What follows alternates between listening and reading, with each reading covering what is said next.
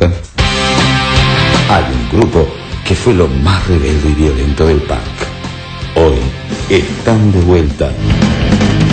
Es bueno ser puntual. Es bueno ser puntual. Llegar a horario es mostrar respeto por los demás.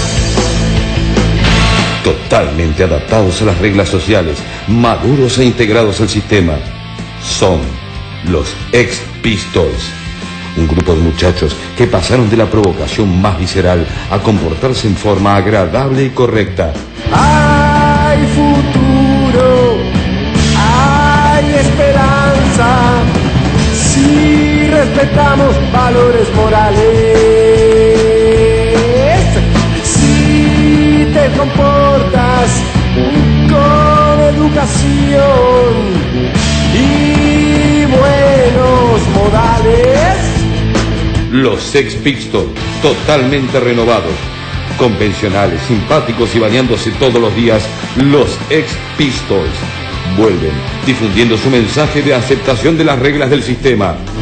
No faltar al trabajo, en la escuela dar siempre el presente, harán que bien te vean, tanto profesores como gerentes. Los Sex Pistols, los nuevos ídolos de la adaptación social. Este bloque fue auspiciado por los mejores productos. Hola, ¿qué tal? ¿Tiene bananas? Banana, banana quiere. ¿Cómo no voy a tener banana? De Ecuador y de Brasil, las dos. Banana. Pero también la variedad. Ay, también quiero huevos. ¿Huevo? ¿Huevo quiere huevo? ¿Cómo no? Los vendí todos, me quedan dos. Con una atención estúpida y guaranga. Disculpe, ¿tiene bergamota? ¡Bergamota!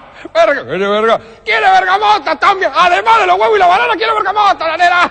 ¡Bergamota! Tengo bergamota cuando se me quema mota. ¡Ah! Mercadito El Doble Sentido. Productos de calidad y una atención soez, grosera, asquerosa, idiota y chabacana. El Doble Sentido. Cada producto una guarangada. Y dígame, ¿y tiene leche? El Doble Sentido. Coronel Angulo, esquina Tarija, Boulogne. Y acá 10 años.